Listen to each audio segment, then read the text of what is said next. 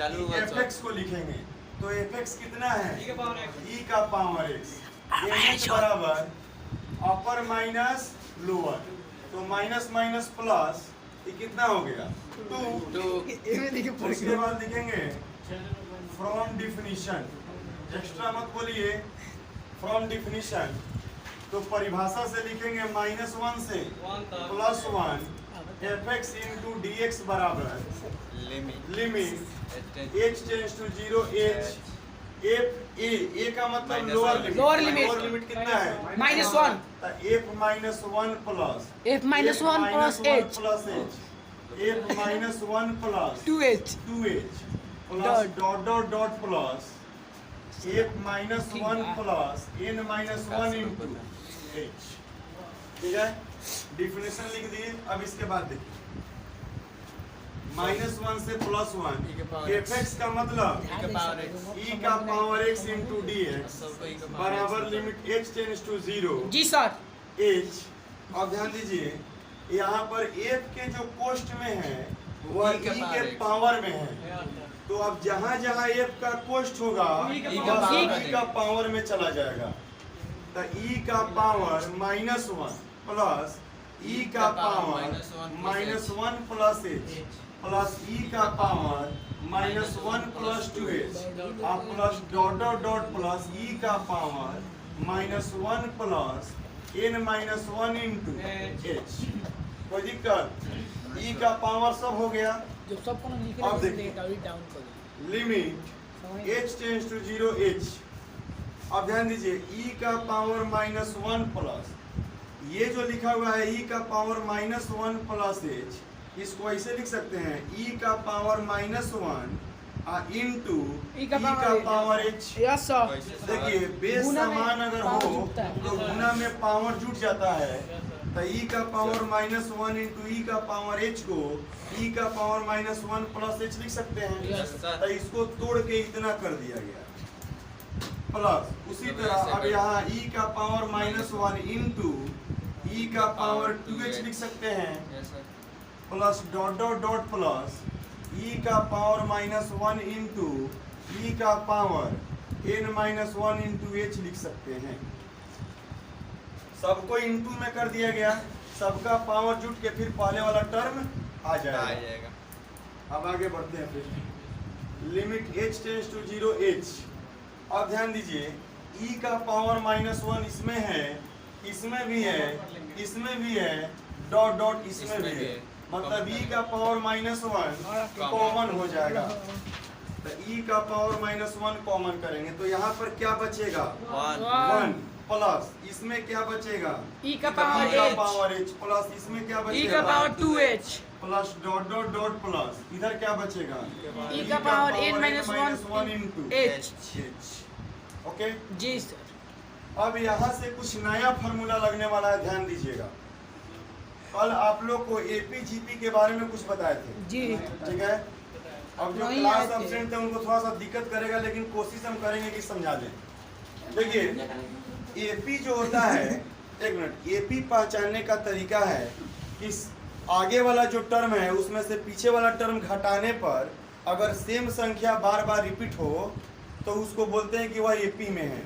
जैसे आप लोग 10th में पढ़े होइएगा 2 + 4 + 6 + 8 + 10 + डॉट डॉट। तो इसका जो सीक्वेंस है वो बढ़ने का तरीका कैसा है, 2 का अंतर है, मतलब 2 बढ़ रहा है। तो आगे वाला में से पीछे वाला जब भी घटाइएगा तो रिजल्ट क्या आएगा 2 आएगा। मतलब घटाने पर सेम आए तो उसको एपी बोला जाता है, और भाग करने पर सेम आए तो उसको जीपी बोला जाता है।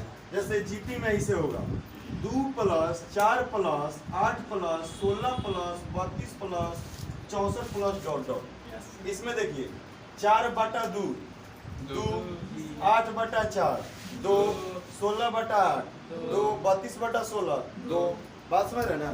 तो भाग करने पर सेम आए तो जीपी होता है, घटाने पर सेम हो तो एपी होता है। तो एपी का जिस तरह एसएन का फॉर्मूला होता है सम का, माने सम निकालने का, जोगफल निकालने का जो फॉर्मूला होता है, उसी तरह जीपी में भी जोगफल निकालने का कुछ फॉर्मूला होता है। जैसे एपी में पढ़िएगा एसएन बराबर n by 2 into 2a plus n minus 1 into d। ऐसा पढ़े थे? जी सर। उसी तरह जीपी में फॉर्मूला होता है एसएन निकालने का, सब कुछ नोट्स के अंदर है, नोट्स में देखिएगा सब मिल जाएगा। तो जीपी में होता है a इंटू आर का पावर n माइनस 1 बटा r माइनस 1। ध्यान दीजिए ये जीपी, एक मिनट, जीपी में एसएन निकालने का फॉर्मूला होता है। तो यहाँ देखिएगा ये जो टर्म दिया हुआ है इतना सारा, ये सब वो जीपी में है। कौची में है? जीपी में पहचान क्या है? भाग करने पर सेम आना चाहिए। तो देखिए e का पावर h बटा 1 करोगे तो क्या आएगा? सेम आएगा। e सेम आएगा, e का पावर h आएगा। e का पावर h के बटा में 1 करोगे तो e का पावर h आएगा। फिर आगे आइए, e का पावर 2h के बटा में e का पावर h करोगे तो क्या आएगा? E e का पावर h आएगा। मतलब आगे वाला बटा पीछे वाला जब कर रहे हैं तो हमेशा e का पावर h आ रहा है। मतलब भाग करने पर सेम है, तो समझिए कौची में है?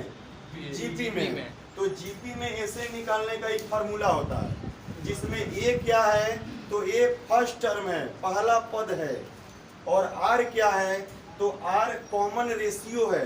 जिस तरह d होता है ना बउआ एपी में, घटाने पर जो आता है उसको d बोलते हैं, उसी तरह भाग करने पर जो आएगा उसको r बोलेंगे। तो यहाँ ध्यान दीजिए, सबसे पहले देखेंगे चूंकि a बराबर है, a मतलब फर्स्ट टर्म कितना है? 1, और r कितना है? e का पावर h। भाग करने पर जो आ रहा है उसको r बोलते हैं। तो भाग करने पर e का पावर h ही आ रहा है। तो a और r का मान मालूम है, तो फॉर्मूला अप्लाई करेंगे। तो आगे बढ़ते हैं अब यहाँ पे, limit h tends to 0, h है तो h लिखेंगे। अच्छा, e का पावर माइनस 1 को 1 बटा e लिख सकते हैं। अब देखिए a और r मालूम है तो फार्मूला ये वाला होता है। तो देखिए a का मतलब फर्स्ट टर्म कितना है? 1 इंटू r का पावर n, तो r का मतलब e का पावर h का पावर n माइनस 1 बटा r माइनस 1, तो r का मतलब e का पावर h माइनस 1।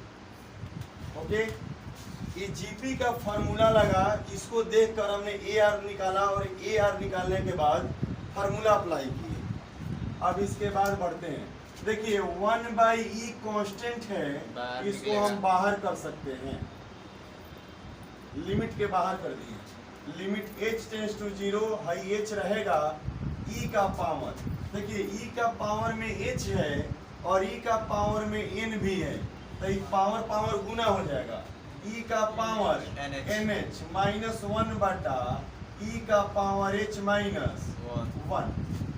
ओके, अब देखिए 1 by e limit h tends to 0 h।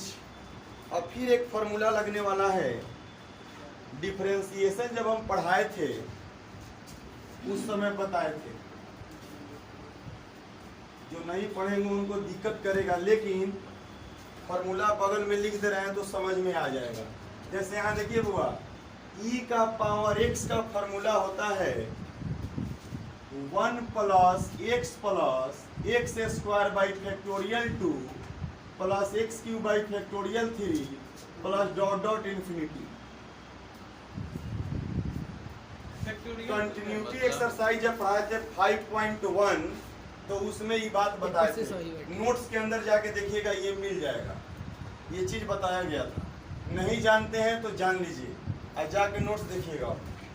तो देखिए e का पावर x का एक फार्मूला होता है, तो यहाँ e का पावर nh है, तो वहाँ फार्मूला अप्लाई नहीं करेंगे क्योंकि nh का मान हमको मालूम है, तो उसका मान तो रख देंगे, तो उसमें हम कुछ नहीं सोचेंगे। -1 ऊपर वाला ज्यों का त्यों रहेगा, लेकिन नीचे में e का पावर h है, तो e का पावर x का जब फॉर्मूला होता है तो यहाँ x के जगह पर क्या लिखा हुआ है? तो जहाँ जहाँ फॉर्मूला में x है वहाँ वहाँ क्या लिखाएगा? h। तब फॉर्मूला होता है 1 प्लस x, x का मतलब h plus x square by factorial 2, h square by factorial 2। फिर H Q by factorial 3 plus dot dot, तो डॉट डॉट इन्फिनिटी तक है तो हमने डॉट डॉट लिख के छोड़ दिया। लेकिन इसमें क्या है, -1 है, तो अंत में कहीं ना कहीं -1 तो लिखना पड़ेगा, तो -1 अंत में लिख देंगे।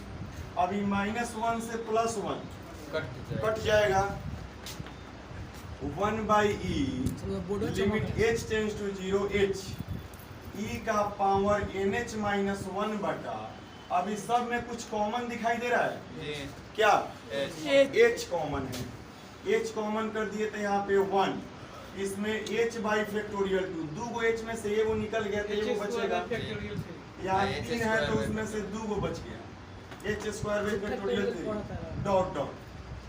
अब देखिए इस h से h को कैंसिल कर दिए, 1/e limit h tends to 0, अब e का पावर nh है, nh का मान अब लिखेंगे तो nh एक ही जगह है, तो e का पावर 2 - 1 और 1 plus h by factorial 2 plus h square by factorial 3 plus dot dot.